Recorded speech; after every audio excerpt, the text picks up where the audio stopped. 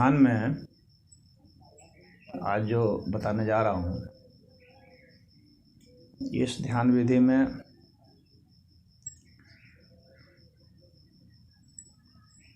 Relationship निकालना होगा।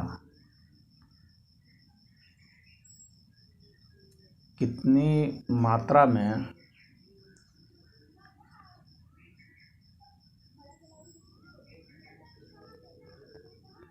विचार बनता है। ऊर्जा का जो यूनिट है, मान लो जो भी यूनिट है, जूल वगैरह। तो अब यहाँ पर हमें देखना है कि कितनी शक्ति लगती है कि विचार बन जाता है, और कितना हमारा पेट पीछे जाता है, यानी कितने सांस जो है, कितना वॉल्यूम लगता है ऑक्सीजन का कि वह ऊर्जा बन जाती है। यानी सांस का संबंध शक्ति से और शक्ति का संबंध विचार से। इन तीन का संबंध जो है, इसका एक एस्टिमेट करना है। रियल वैल्यू तो पता नहीं चलेगा, लेकिन इसका एक अनुमान लगाना है। जब हमें अनुमान मिल जाता है कि मैं इतने ज़ोर से सांस लेता हूँ, तो इतनी ताकत बनती है कि इतने विचार बन जाते हैं, क्योंकि विचार बिना शक्ति के नहीं बनने वाले हैं।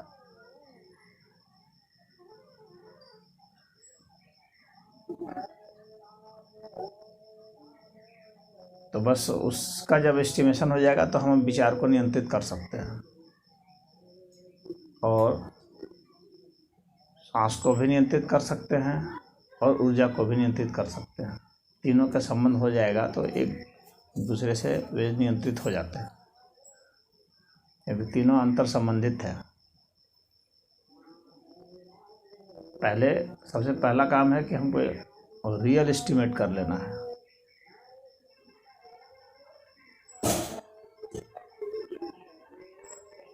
वह जो अपनी शक्ति से जब हम उसको सटीक अनुमान लगा लेंगे, तब हमारे लिए वास्तविक अर्थ में ध्यान में जाना होगा। एक तो कल्पना के अर्थ में भी ध्यान किया जाता है, वह एक तो दूसरे अर्थ में हो जाता है। लेकिन यह जो है बिल्कुल वैज्ञानिक प्रयोग जिस तरह से होता है, उस तरह से प्रयोग से यह होता है।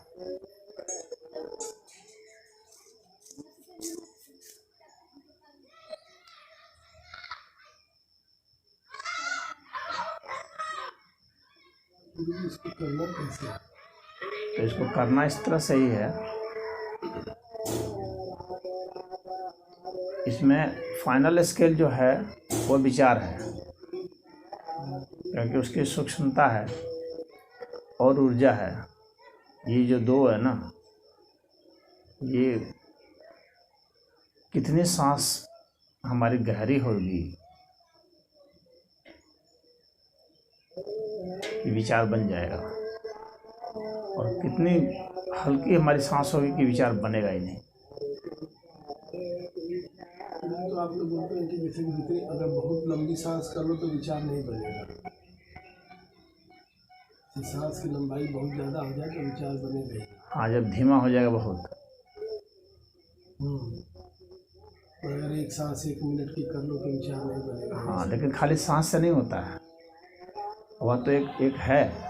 लेकिन अगर हमारी सांस बहुत मतलब धीमी भी हो, लेकिन हम ऊर्जा अगर अपने उधर फेंक रहे हैं माइंड की ओर, अपनी क्रिया की ओर, सांस हम बहुत धीमा भी किए हुए हैं और ऊर्जा हम फेंक रहे हैं, तो विचार बन जाएगा। यानी सांस को भी काबू नहीं करना है, ऊर्जा के बहाव को भी काबू करना है। ये दो चीज़ ध्यान में रखने की बात है।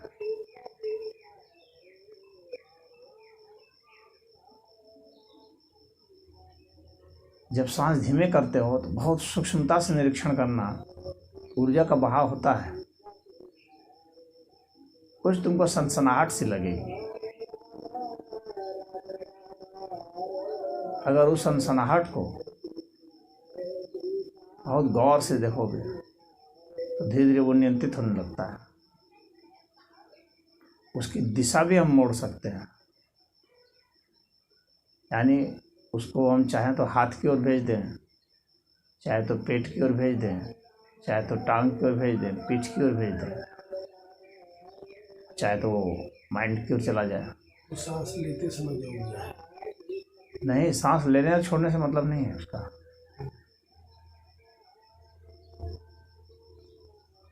पहले तुम उस सनसनाहट को महसूस करो। जब हम सांस को छोड़ते हैं, लेते हैं, तो देखोगे कि एक सनसनाहट सी आ रही है, बहुत सूक्ष्मता से। वही ज़्यादा प्रमुख है। सांस धीमा करना एक लेवल है, धीमा करने के कारण जो है वो सनसनाहट आती है। सांस की वजह से ही वो सनसनाहट आती है, यानी उसको शक्ति मिलती है। और फिर उससे भी विचार होता है। तो अगर हम बहुत सांस को धीमा कर दें तो भी वह सनसनाहट आएगी, यानी ऊर्जा उत्पन्न होगी ही होगी। और उस ऊर्जा की दिशा अगर माइंड की ओर होगी तो विचार पैदा होगा ही होगा। इसलिए जब हमको उस सनसनाहट का पता चल जाता है तो हम उस सनसनाहट के बहाव को हम और धीमा कर सकते हैं या उसको डाइवर्ट भी कर सकते हैं। अंतः प्रेरणा से हम डाइवर्ट कर सकते हैं। तो वह जो अंतः प्रेरणा है वो गाइड करेगी कि विचार को बनना है, नहीं बनना है, या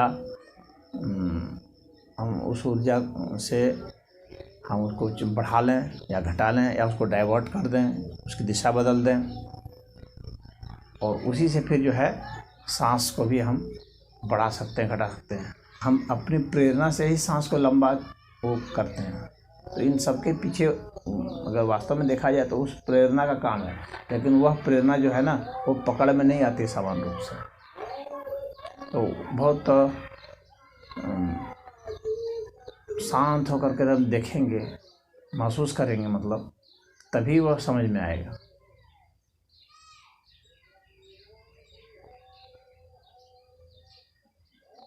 तो विचार से जो सूक्ष्म जो मैंने बात बताई वह है प्रेरणा। तो जो सांस मध्यम सांस चलते हुए उस सनसनाहट का अनुभव करें, अनुभव कर लेना है उसको। अगर अनुभव कर लेंगे तो ही फिर आगे के कदम जाएगी। अभी अपना बस उतने पर ही न रहे, मतलब सनसनाहट को देखें ना। हाँ, उसके बाद उसका नेक्स्ट स्टेप ये है कि उसको डाइवर्ट कर सके शरीर के विभिन्न अंगों की ओर। अगर डाइवर्ट कर पाए तो विचार को हम रोक देंगे, लेकिन पहले डाइवर्ट कर पाएंगे तब, और उस सनसनाहट को महसूस कर पाएंगे तब। और सनसनाहट को महसूस कर पाने के लिए है कि सांस को बहुत धीमा करना पड़ेगा। धीमा करने की जो ताकत है, जितना हम धीमा करते जाते हैं अपनी प्रेरणा से, तो उतना ही प्रेरणा को भी हम समझते जाएंगे। क्योंकि हम अपनी किसी विल पावर से सांस को धीमा कर रहे हैं, तो हमें उस विल पावर को समझना है।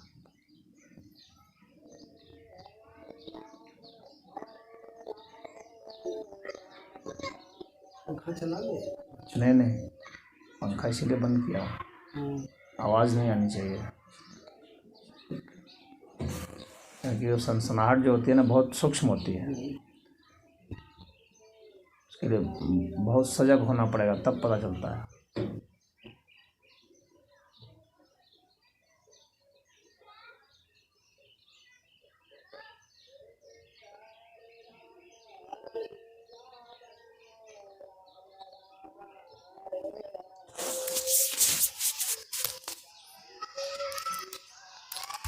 तब आसानी से आदमी समाधि में उतर सकता है, ध्यान में उतर सकता है। और सांस धीमा करने से भी ज़्यादा महत्वपूर्ण यही है कि कितना हम उसके प्रति सजग हो जाते हैं, उस बहाव के प्रति। अगर सांस थोड़ी हल्की तेज भी होगी, अगर हम सजग हैं तो हम उस बहाव को देख सकते हैं, महसूस कर सकते हैं। इससे लगेगा ना कि भीतर से अंदर से जैसे नसों में खून दौड़ रहा है, तो उसके बहाव की एक ध्वनि होती है, प्रेरणा होती है। और फील आती है।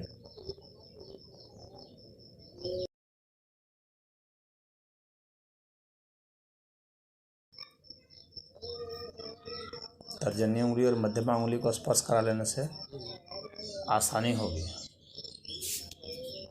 उस संवेदना को महसूस करने में।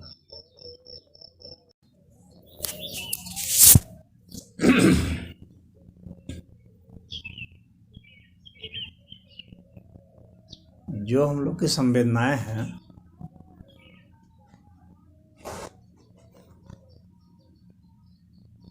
वो संवेदनाओं का जो रिसीवर है, आखिर ये संवेदनाएं जा रही हैं तो ये रिसीव कहाँ हो रही है। कोई ध्वनि सुनाई पड़ रही है या कोई चीज टकरा गई तो उसकी अनुकृति बन रही है, क्योंकि भीतर फ्लूइड है। चमड़े से जो जाएगा तो भीतर फ्लूइड में जाएगा। मल द्वार से टट्टी निकलती है, मूत्र द्वार से लिक्विड निकलता है, चमड़े से भी ये होता है। नाक से और सूक्ष्म हवा निकलती, कान से ध्वनि, और जो है ये और सूक्ष्म है, तरंगें आती। ये हम लोग का माइंड है वो फ्लूइड स्टेट में है। तो वह जो फ्लूइड है ये जाती है, ये सब संवेदनाएं वो वहाँ पर उस फ्लूइड को अपने हिसाब से उसकी अनुकृति बना लेती है, यानी वो वहाँ परिवर्तित हो जाती है लगातार। तो वे तरंगें जो है वो परिवर्तित हो जाती है और सूक्ष्म में, यानी वहाँ जो माइंड में जो फ्लूइड है वो और सूक्ष्म में परिवर्तित हो जाती है तरंगों में। और इसको हम लगातार फील करते हैं। जब भी हम कोई ध्वनि सुनते हैं तो ध्वनि हम इसलिए सुनते हैं क्योंकि हम उसको दोहराते हैं, यानी वहाँ पर हमारी प्रेरणा होती है। यानी वहाँ पर जो पैटर्न बन रहा है उसको हम फील करते हैं, तभी हम सुन पाते हैं किसी चीज़ को। अब वहाँ जो तरंगे हैं वे तरंगे जो है अब हमारे वो शरीर की पूरी नहीं रहे। क्यों? क्योंकि वे बाहर भी निकल सकती हैं और निकलती ही है। यानी हमारे माइंड से और हमारे बॉडी से वो बाहर की चीज़ हो गई, यानी बाहर और भीतर जो है वह वहाँ का भेद जो है अब समाप्त हो रहा है, क्योंकि वो इस स्टेट में आ गई हैं कि वो बाहर भी चली जाती हैं, भीतर भी जाती हैं। जैसे बाहर की ध्वनि जो है भीतर घुस गई, अब वह जो है वो तरंगे और सूक्ष्म अनुकृति में बदल जाती हैं, जो उन तरंगों से भी सूक्ष्म होती हैं। उसको हमारे शास्त्र में रश्मि कहा गया है। और वह बहुत ही सूक्ष्म होती है, उसकी अनुभूति भी होगी। अब हमारा एक साक्षी भाव है जो प्रेरणा है, अब वह महसूस कर रहा है कि कोई जो है अब ये रिसीव कौन कर रहा है। कोई भी तरंगें जो आ रही हैं रश्मियों में बदल रही हैं, अब वो कहाँ जा रही हैं, यानी आकार जो है धीरे धीरे निराकार में बदल रहा है। अब जब हम देखेंगे कि वह इतनी सूक्ष्म हो गई कि हमको आकार का पता नहीं चल रहा है, और जब पता नहीं चल रहा है तो ये पता लगाने वाला है अर्थात जो रिसीवर है इस जगह पर, वह जब पता नहीं लगा पा रहा है तो इसका मतलब यह हो गया कि जो रिसीवर है वह उसी के लेवल का हो गया। यानी जो प्रेरणा है वह और जो रिसीवर है वो एक स्तर के हो गए। और जब एक स्तर के हो जाते हैं तो वहाँ कुछ भी पता नहीं चलेगा, और वहाँ पर जो अहमता है यानी जो साक्षी भाव है वो समाप्त हो जाएगा। और साक्षी भाव समाप्त हो जाने का मतलब हो गया कि हम उस स्टेट पर आ गए जहाँ पर कि जो स्रोत है जहाँ से प्रेरणा उत्पन्न होती है और वह स्रोत है जहाँ पर कि बाहर से जो प्रेरणा आई है वो रिसीव होती है, ये दोनों एक स्टेट पर आ गए। और वही जो एक स्टेट है जहाँ पर वो रिसीव भी होती है और वहीं से जो है उत्सर्जित भी होती है, वही जो है आत्म तत्व है। और उसको देखेंगे कि वह जो है किसी एक जगह पर नहीं है, वो पूरा मतलब कि ये पूरे ब्रह्मांड में और अनंत है वह। और इसीलिए वहाँ से जो प्रेरणा उत्पन्न होगी वह प्रेरणा भी विचार में बदल जाती है। यानी विचार जो है वो हमारी व्यक्तिगत तो नहीं होती है, अंतः प्रेरणा से भी जो है विचार आते हैं, यानी वह और सूक्ष्मता से आते हैं। तो एक तो बाहर से जो संवेदना आ गई स्थूल रूप से वह भी हो गया, और एक अंतः प्रेरणा से भी विचार उत्पन्न हो जाते हैं। तो जो कुछ भी रिसीव हो रहा है वह और जो साक्षी है वह, इन दोनों का एक हो जाना। और एक उस समय होगा जबकि कुछ पता नहीं चलता रहेगा, यानी कोई आकार जब एकदम सूक्ष्म हो जाए, कुछ पता नहीं चलने लगे, तब फिर ये जो पता लगाने वाला है वह भी उसी स्टेट पर हो जाता है।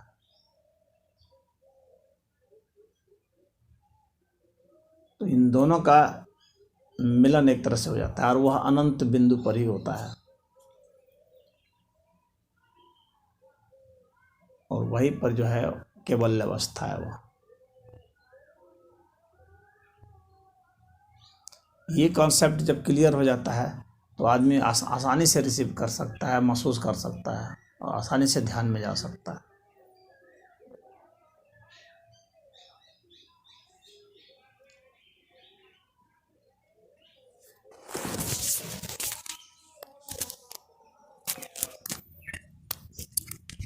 विचार जो है तरंगों का स्तर है, विचार से सूक्ष्म रश्मियां हैं जो मध्य का स्तर है,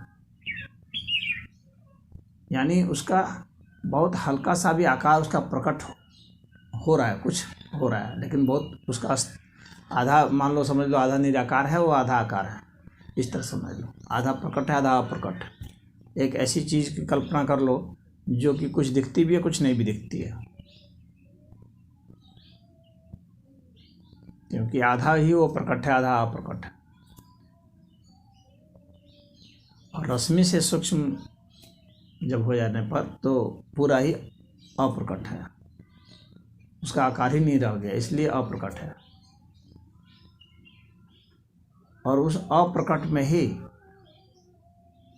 क्योंकि वो अप्रकट है उसमें तुमको खो जाना है, क्योंकि वो प्रकट है ही नहीं, तो तुम्हारा जो पता लगाने वाला था, जो साक्षी था, जो ध्यान में था, वो अभी उसी लेवल पर पहुंच गया। तब साक्षी भाव समाप्त हो जाता है, और साक्षी भाव समाप्त हो जाने का मतलब है कि ये दोनों जो है इनफाइनाइट हो गए, दोनों निराकार हो गए। तब निराकार की अनुभूति हो जाती है। जब तक पता लगाने वाले का अस्तित्व दिखता है, महसूस होता है कि हाँ ये पता लगाने वाला है जो अभी साधना कर रहा है, साधना करने वाला है, तब तक जो है वह अहम की स्थिति होती है। वह सूक्ष्म तो होता है लेकिन पूरा सूक्ष्म नहीं होता है। जब वह भी डिजॉल्व हो जाता है, पता लगाने वाला भी, उसका भी आकार खो जाता है। वह जो भीतर की प्रेरणा है, जो भावना है, जो पता लगा रही थी, किसी चीज़ को महसूस करना चाह रही थी, वह भी जब घुल जाएगी उसका भी आकार समाप्त हो जाएगा। फिर पता लगाने वाला कौन रहता है? कोई नहीं। पता लगने वाला क्या होती है? कुछ वो भी नहीं, क्योंकि पता कोई चीज़ की तभी लगेगी जब उसका कुछ आकार हो। तो पता लगाने वाला भी जो है आकार वाला होता है, और जो चीज़ का पता लगाता है वह भी आकार का होता है। जब दोनों निराकार हो गए तो न कुछ पता लगना है न कुछ पता लगाना है, वो अनंत स्थिति होती है, वही वास्तविक समाधि होती है, निर्बीज समाधि।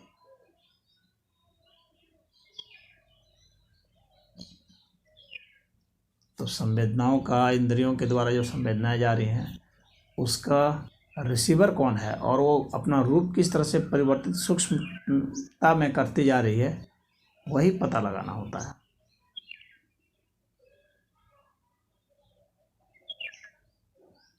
बस ये प्रोसेस यही है कि चुपचाप बैठ के जो भी संवेदनाएं हैं उसका रूप समझते जाना है कि कैसे परिवर्तित हो रही है सूक्ष्मता में, और रिसीवर कौन है इसका, उसका पता लगाना है। तो धीरे धीरे उसी में साक्षी भाव में होते जाना, फिर साक्षी भाव भी देंगे कि आखिर इसको रिसीव कौन कर रहा है, इन संवेदनाओं को।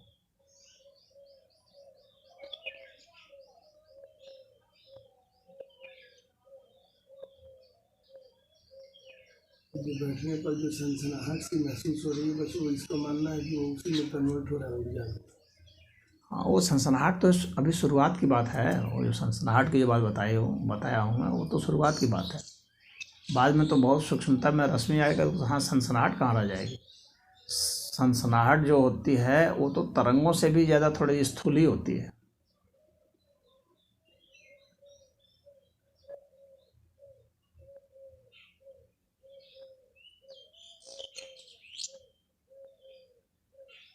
जैसे हम किसी चीज़ को देखते हैं तो प्रकाश की तरंगें भीतर जा रही हैं, हमारी आँखों से बाहर भी निकलती हैं तरंगें और भीतर भी आती हैं। भीतर आने वाली प्रकाश की जो तरंगें हैं वो आखिर किस चीज़ में बदल रही हैं भीतर, फिर वो जिसमें बदल रही हैं, फिर वो किस में बदल रही है। इस तरह से उसका अनुसंधान करते रहना है।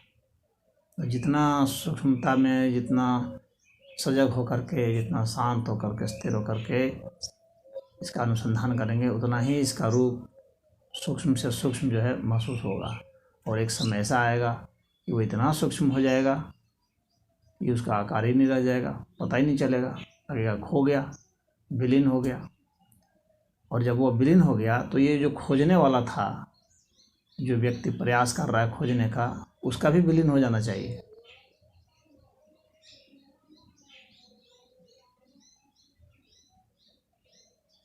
क्योंकि ये जो खोजने वाला है, प्रेरणा वाला है ना, ये जो है, यह अगर बना हुआ है तो इसका मतलब है कि यह अभी तक वहाँ तक नहीं पहुँच पाया है, क्योंकि इसका तो आकार है। तो जो आकार वाला है वो निराकार को कभी नहीं ढूंढ सकता।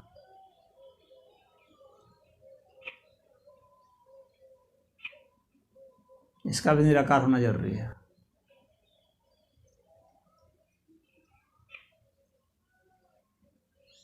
यानी ये भी उसी स्टेट में होगा।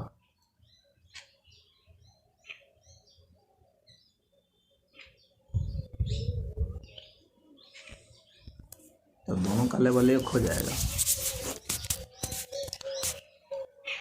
उस स्थिति में ही योग होता है, क्योंकि ये दोनों एक जगह मिल गए, इसीलिए योग कहलाता है।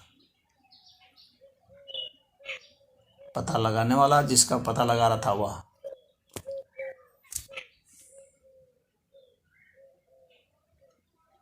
मिल गया, अर्थात दोनों निराकार हो गए। मिलने का मतलब यह हुआ। उसके बाद उनका कुछ पता नहीं चल रहा है, वहाँ ना रिसीवर है और ना रिसीवर।